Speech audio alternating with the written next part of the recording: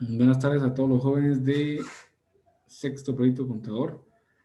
Hoy tenemos una clase más del curso de Introducción a la Auditoría y vamos a platicar de unos temas muy amplios, unos temas muy bonitos que nos van a enseñar bastantes cosas que nos van a poder ayudar a comprender cuál es el trabajo del auditor.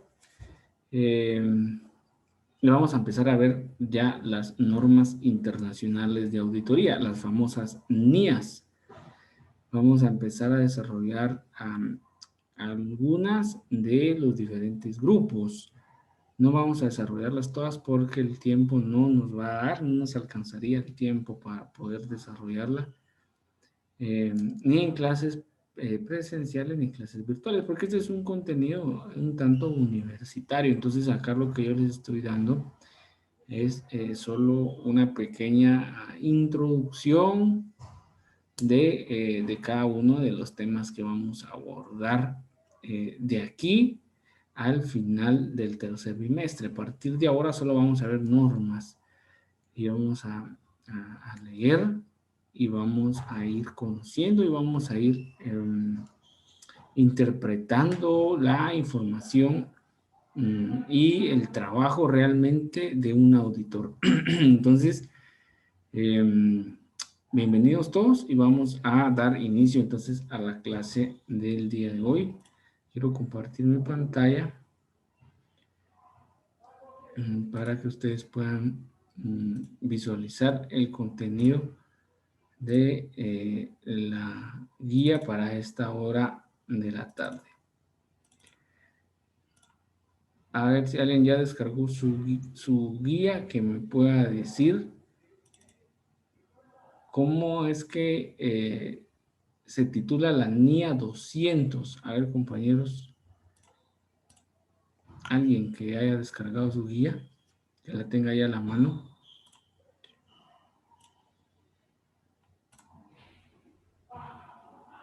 Nadie, bueno. La actividad para esta semana es un mapa conceptual. Por favor, aquí les dejé lo que voy a calificar. Y también es necesario que ustedes lo puedan tomar muy en cuenta al momento de poder realizar su trabajo. Y vamos a hablar acerca de la norma internacional de auditoría 200. ¿Por qué 200? Porque son números que ya vienen regidos desde la creación de estas normas, ¿sí? NIA significa Norma Internacional de Auditoría. Eso es cuando ustedes escuchen la palabra NIA, que es muy mencionada y la voy a mencionar muchas veces. Entonces ustedes hacen referencia a la Norma Internacional de Auditoría. En todos los países que hayan adoptado estas normas, que considero que es la mayoría de países a nivel Latinoamérica, tal vez no todos, habrán algunos que aún no las han adoptado, pero la mayoría, incluido Guatemala, pues ya hace varios años ya adoptó estas normas.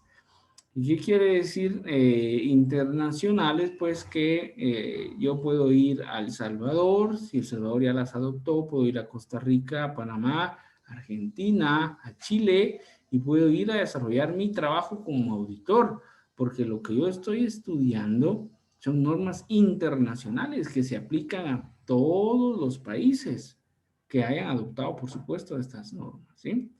O sea que yo puedo ir y hacer mi trabajo de auditoría, ¿ya?, en cualquier otro país. Si yo sé lo de las normas internacionales, o sea, me pueden contratar a nivel nacional como a nivel internacional, porque yo tengo ese contenido, ¿va? Los auditores tienen ese contenido de saber internacionalmente estas normas. Es igual a las normas internacionales de contabilidad.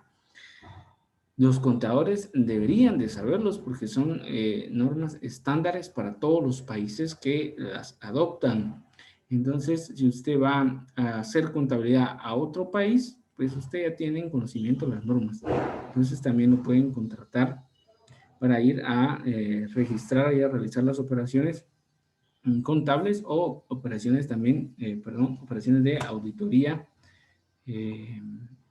para ir a realizar cualquier tipo de auditoría. Ahora nos vamos a hacer referencia de aquí en adelante.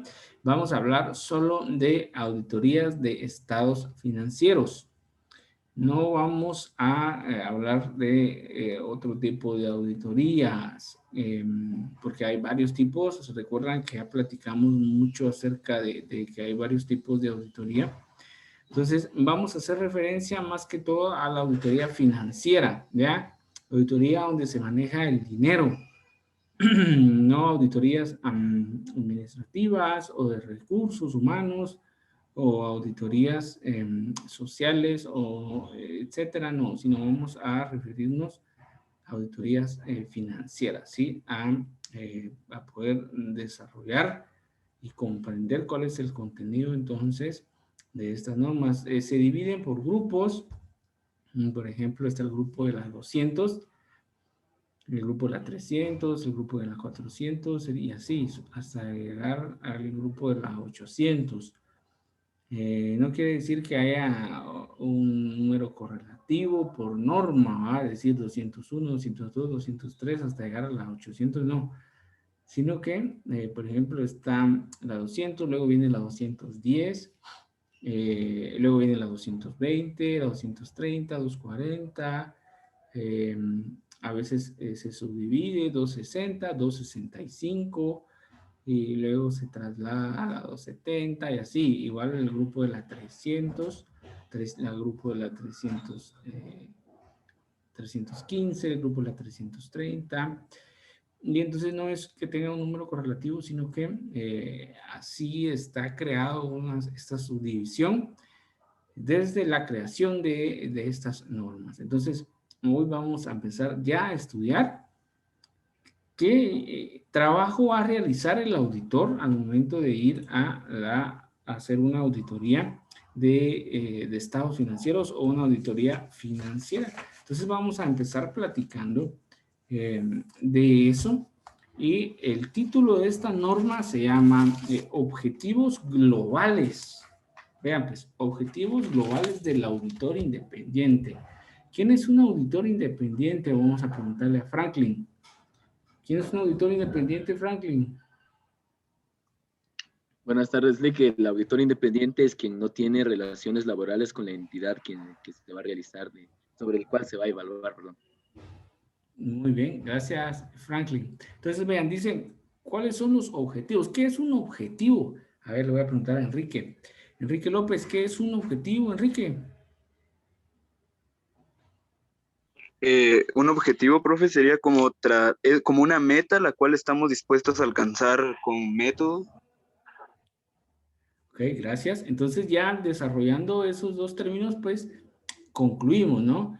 Que es algo que el auditor desea alcanzar, ¿ya? Un auditor que no tiene relación laboral, que no es un trabajador más de la compañía, sino es alguien externo, alguien independiente, y por lo mismo que va a ser independiente, pues no van a influir sobre él, ¿verdad? Él va a realizar su trabajo de una manera objetiva, ¿sí? Sin alguien que lo esté presionando, sin alguien que lo esté chantajeando, sin alguien que esté pues queriendo distorsionar de alguna manera la verdad, ¿sí? Y entonces, ¿qué es lo que el auditor desea en una manera general al momento o cuáles son las metas o cuáles son las aspiraciones que tiene un auditor cuando va a hacer una auditoría? Es parte del título. Y luego dice, realización de la auditoría de conformidad con las NIAs. O sea que el auditor va a hacer el trabajo de auditoría de acuerdo a todas las normas internacionales de auditoría. Él tiene que saber todas las normas para poder hacer la auditoría. Si él no sabe las normas y no las aplica, no puede hacer una auditoría. Entonces, por eso que el título desde ahí empecemos a a interpretar esta norma, ¿sí? ¿Qué es lo que el auditor, cuáles son las metas que desea alcanzar al momento de hacer una auditoría? Pero que esta auditoría, ¿ya?, sea conforme a las normas, ¿no? No conforme a lo que él considera, sino conforme a un marco, conforme a una guía, conforme a unos lineamientos previamente establecidos, ¿sí? Entonces, para aprendernos el contenido, para interpretar el contenido y para saber el contenido, primero necesitamos descifrar el título. Ya lo desciframos y es muy importante que puedan entonces ustedes empezar desde el título, no solo pasarlo así, nada más visto ya. ¿Y cuál era el título? Saber, no. Sino desde el título empecemos a ver cuál va a ser el contenido de nuestra norma. El alcance de esta norma, ¿sí? El alcance es la responsabilidad directa que tiene el auditor, ¿ya? También esta norma lo que incluye es los objetivos del auditor y el alcance de la auditoría. O sea que no es lo mismo los objetivos del auditor que los objetivos de la auditoría. Son dos cosas distintas, ¿no? El auditor tiene ciertos objetivos y la auditoría también tiene otros objetivos, o sea que son distintos. Uno es quien la realiza y el otro es el trabajo ya finalizado, ¿sí? ¿Qué es lo que el auditor desea alcanzar y qué se desea alcanzar con la auditoría? O sea, son un tanto distintos al momento de alcanzar sus objetivos. También, ¿qué responsabilidad recae sobre el auditor en el momento de realizar su auditoría? Y entonces ya empecemos a desarrollar la norma de una vez. ¿Cuál es el objetivo entonces de una auditoría? Vean, pues el objetivo de una auditoría no es objetivo del auditor, estamos claros. Objetivos de la auditoría es aumentar el grado de confianza de los usuarios de los estados financieros. ¿Y cómo se da eso? Si yo soy un usuario de un estado financiero y veo que un estado financiero está auditado, pues a mí se me va a incrementar la confianza en esa entidad, porque hubo alguien externo, alguien independiente, alguien objetivo, que revisó las cifras, que revisó las transacciones, las operaciones, y que se pudo percatar de que todo lo que está plasmado en ese estado financiero, pues es razonable. Entonces, si es razonable, o sea, quiere decir que la mayoría está bien o en un alto grado está bien, entonces, pues a mí, como usuario, se me va a incrementar la confianza, ¿ya? Me voy a sentir con más confianza de tomar mis decisiones, sea comprar, vender, negociar, invertir, ¿no? Cualquier tipo de negociación que yo quiera hacer con la entidad, al momento de yo poder establecer que esa entidad presenta estados financieros auditados, entonces yo como usuario se me va a incrementar esa confianza a esa entidad, ¿no? ¿Estamos claros con el objetivo, jóvenes? ¿Cuál es el objetivo de una auditoría? Incrementar el grado o aumentar el grado de confianza de los usuarios en los estados financieros, ¿sí? Eso es el objetivo de la auditoría.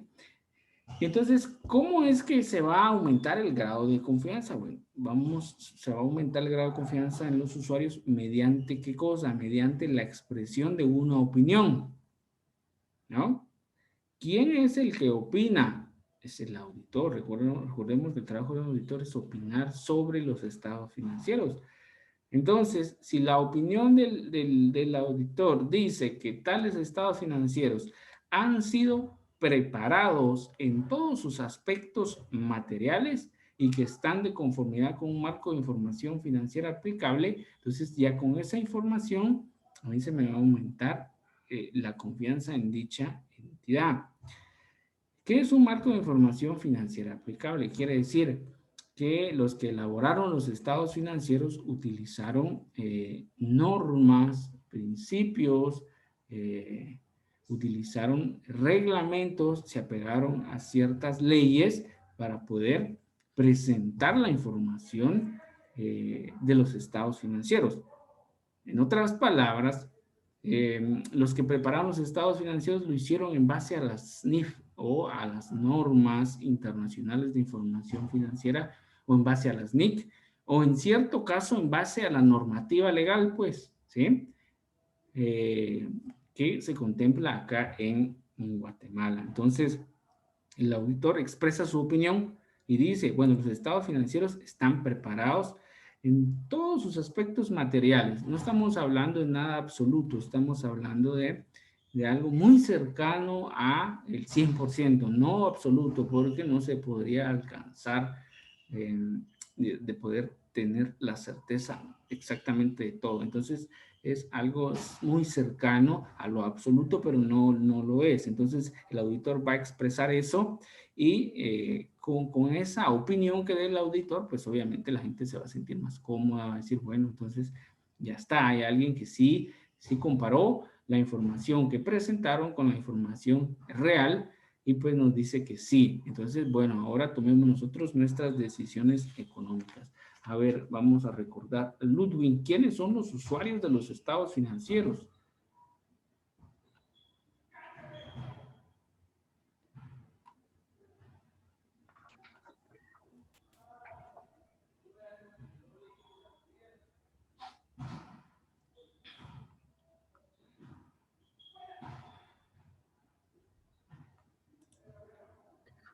Los accionistas, los inversionistas.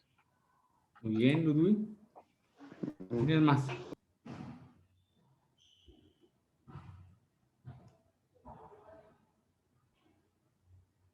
Bueno, por ahí Ludwig ya mencionó algunos. Recordemos que hay usuarios internos y hay usuarios externos. Recordemos de normas anteriores.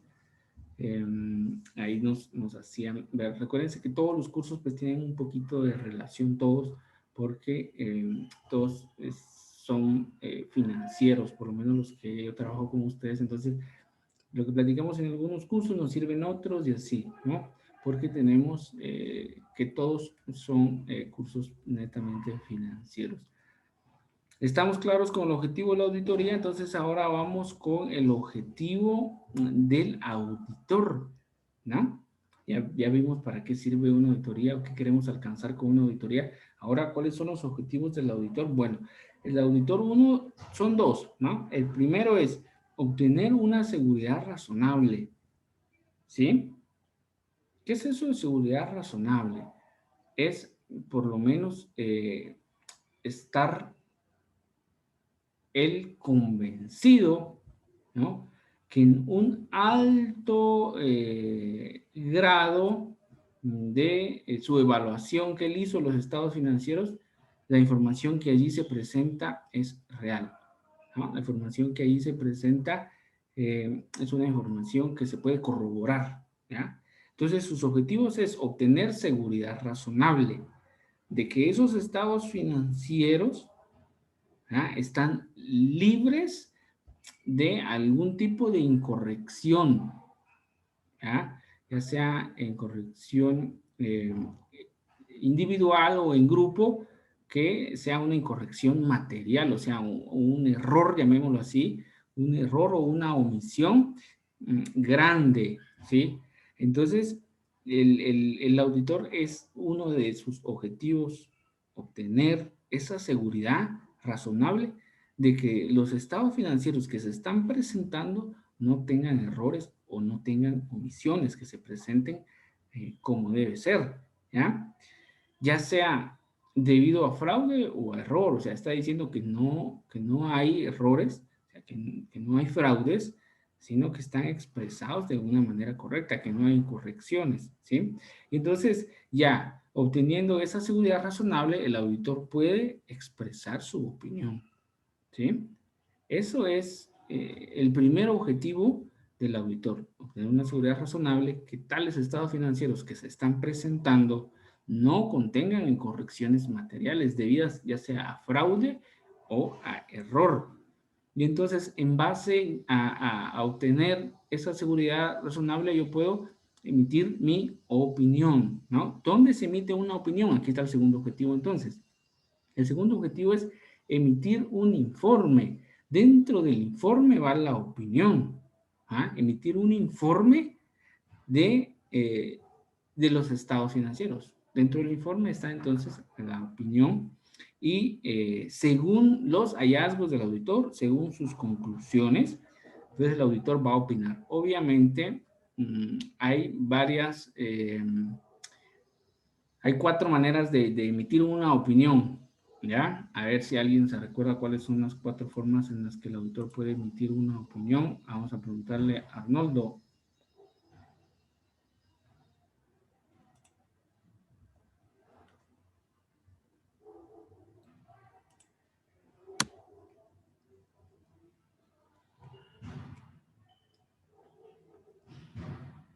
Arnoldo, ¿está por ahí?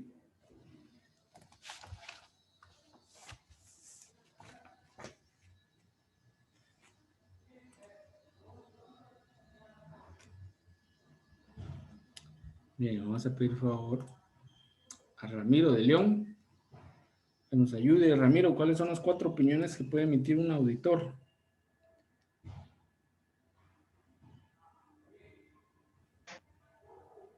Uno de ellos podría ser la estrategia.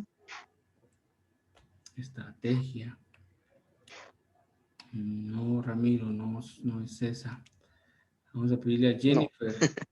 Jennifer López.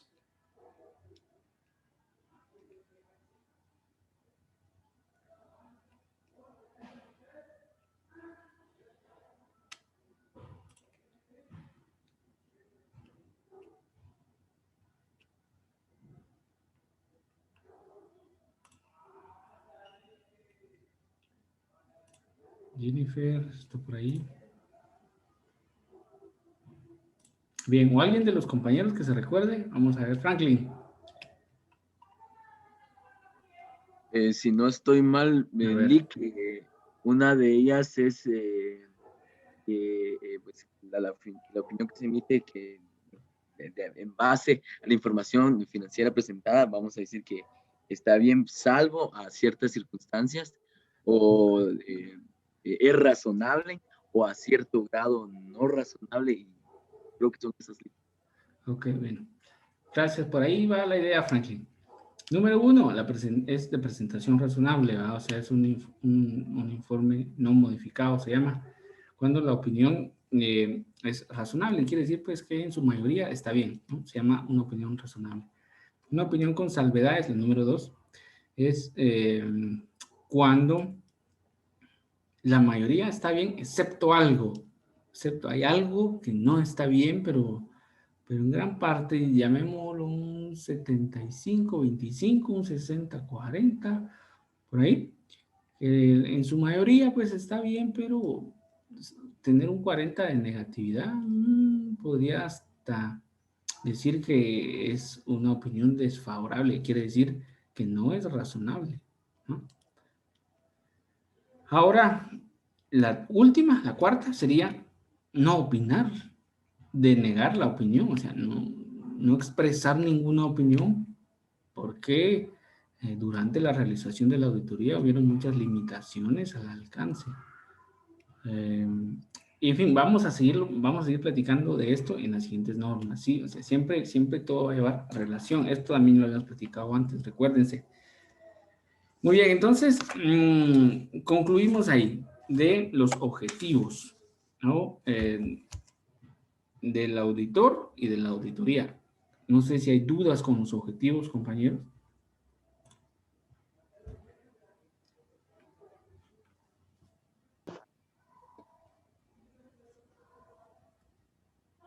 Bueno, entonces sigamos con las definiciones. Vamos a desarrollar las definiciones. ¿Qué es un marco de información financiera aplicable? Pues ya lo hablamos hace un momento, ¿no? Que son normas que adopta la entidad que prepara los estados financieros, ¿sí? Si establecemos que son estados financieros de imagen fiel, quiere decir que se está cumpliendo con el marco de información financiera aplicable y además con cierta información adicional. Ya cuando yo les hable de marco de información financiera aplicable, que se les venga luego a la mente las NIF, las NIC y las NIC para pymes, ¿sí? Son normas que se deben de saber y que se tienen que aplicar en la contabilidad.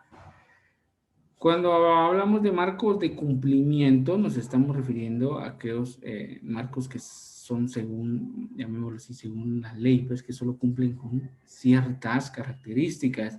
Y entonces, ese es un marco. ¿Ah? Un marco de formación financiera puede ser de imagen fiel o puede ser de cumplimiento. Pero son normas, son políticas que la entidad adopta para elaborar sus estados financieros. Obviamente son políticas contables, ¿sí? Vamos a hablar un poquito de la evidencia. La evidencia es la información que el auditor, ¿no?, utiliza para poder alcanzar sus conclusiones. O sea, el auditor aplica procedimientos y técnicas que vimos en las guías anteriores para poder obtener evidencias, ¿sí? Y con esas evidencias, el auditor alcanza sus conclusiones. Es decir, el auditor aplicó procedimientos, obtuvo sus conclusiones de los procedimientos que aplicó, y ahora pues lo que le queda es identificar cuáles han sido cada una de las conclusiones, y en base a cada una de las conclusiones él viene y emite una opinión, ¿ya? La evidencia tiene dos características muy relevantes, que son evidencia suficiente y evidencia adecuada.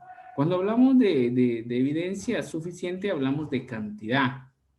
¿Cuánta cantidad necesitamos nosotros para decir, o cuánta cantidad de evidencia necesita el auditor para decir suficiente?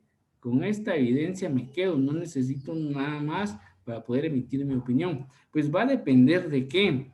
Va a depender de la valoración del riesgo, o sea, cuánto de riesgosa sea la entidad para cometer fraudes, o cómo esté su evaluación del control interno como para cometer errores.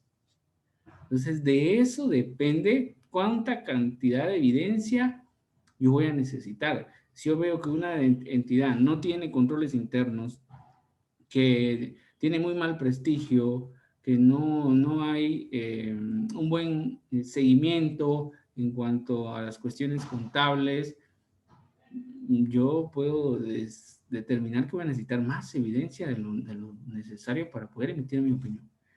Y hablar de una evidencia adecuada, estamos haciendo referencia a la calidad de la evidencia. Puedo tener mucha evidencia, pero si esa evidencia que yo tengo no es de calidad, o sea, de nada me sirve tener mucho si lo mucho que tengo no es bueno, ¿no?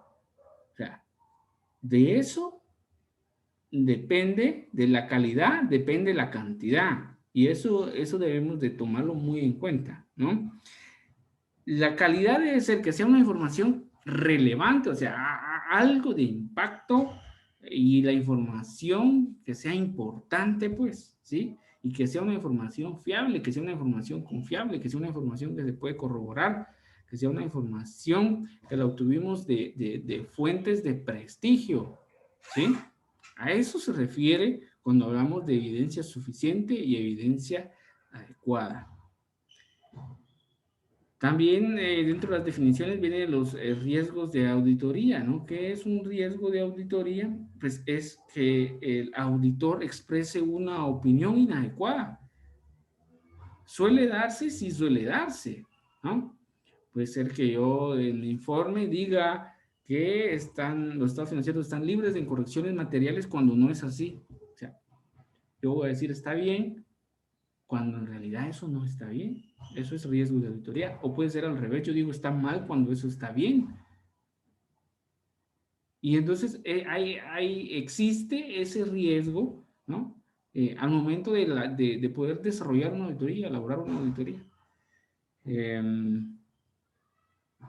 Obviamente, pues debe reducirse lo más bajo posible este riesgo, ¿sí? Para evitar lo más que se pueda este riesgo de auditoría. También hay un riesgo de detección, que es de no detectar las incorrecciones materiales. Puede ser que existan incorrecciones, pero que yo no pude detectarlas. Yo como auditor hice mis procedimientos, hice mis técnicas, planifiqué, desarrollé mi auditoría, pero la entidad puede ser que haya tenido muy bien resguardada o camuflajeada, o que haya tenido muy maquillada esa situación, llamémoslo así, ¿no? Y que yo no me pude haber dado cuenta de esa incorrección material, ¿no? Entonces también es un riesgo que se corre al momento de hacer una auditoría. ¿Qué es una incorrección? Una incorrección es una diferencia entre cantidad, o sea, cuánto está registrada en mi información primaria, en mis estados financieros, y cuánto me salió a mí al momento que yo apliqué procedimientos y obtuve evidencia. Entonces yo comparo, y si hay diferencia entre cantidad, hay una incorrección, ¿ya? Si hay diferencia entre presentación, también hay una incorrección. Estaba presentado de una manera y ahora a mí me parece presentado de otra. O cuando hay diferencias entre clasificaciones, hay también incorrecciones, ¿sí? Y esto se puede dar por fraude, ¿no? Que haya algo que se haya planeado con anticipación, que se haya estudiado y que se haya desarrollado, o puede ser netamente un error contable, ¿no? Entonces, todo esto hay que evaluarlo para poder emitir nuestra opinión. También vamos a hablar de la premisa de la dirección, ¿sí? Es la responsabilidad que tiene la dirección. ¿Qué es la dirección? Los gerentes, los contadores, los tesoreros, ellos forman parte de la dirección, los que toman las decisiones, ¿sí? Entonces, al hablar de premisas, son todas las responsabilidades que tiene la dirección, ¿no? Y a veces el gobierno de la entidad, estamos hablando del alto mando, ¿sí? Y tienen varias responsabilidades, ¿ya? Número uno, preparar los estados financieros, ¿sí? Los que preparan los estados financieros no son los auditores, son los contadores, los gerentes, los tesoreros, secretarios y todos los demás que forman parte de la dirección. También desarrolla el control interno, eso lo hemos platicado en otras clases, ¿no? Hay que establecer un control interno adecuado para evitar riesgos, para minimizar riesgos. Los riesgos muy pocas veces se pueden eliminar, pero lo que se requiere es reducirlos a un nivel aceptablemente bajo, ¿sí? También otra de las responsabilidades de la dirección es darle acceso a toda la información que el auditor necesita. El auditor va y solicita tal información, no le pueden decir no se la doy o no la tengo, regrese mañana, pasado, qué sé yo, haciéndose por ahí los difíciles de decir no te voy a dar información, o sea, no se puede, ¿no? Cuando ya se empieza la auditoría, ellos están obligados a dar la información o cualquier otra información adicional que el auditor requiera y darle el acceso al personal que el auditor necesite. Por ejemplo, si el auditor necesita hablar con tal persona, o necesita entrevistar a tal, o necesita hacer tal cosa, tiene acceso disponible ante esa situación. También vamos a platicar un poquito acerca del juicio profesional. ¿Qué es el juicio profesional? El juicio profesional, pues, no es nada más que la aplicación de la práctica, del conocimiento y de la experiencia, ¿no? Cuando usted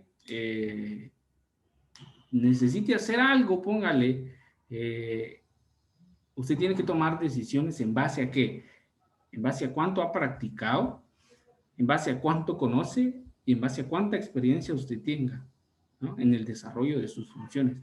A eso se le conoce como juicio profesional. Y en auditoría se le deja mucho a criterio al auditor para que aplique su juicio profesional, ¿no?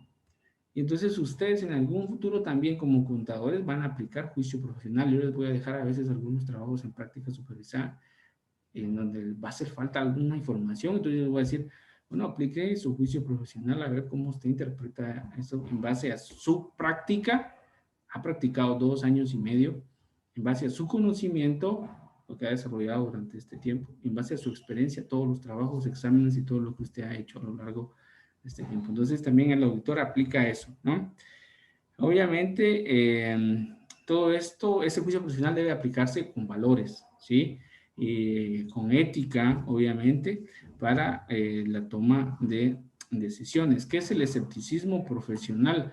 Al hablar de escepticismo profesional, me estoy refiriendo a una actitud que tiene el auditor de ser desconfiado, a una mentalidad inquisitiva, de prestarle atención a ciertas situaciones que no son normales, ¿no? A posibles incorrecciones de errores o de fraudes, ¿sí? Entonces, por ahí el auditor es la persona más desconfiada del mundo, o sea, no confía, pero ni de su sombra, ¿no?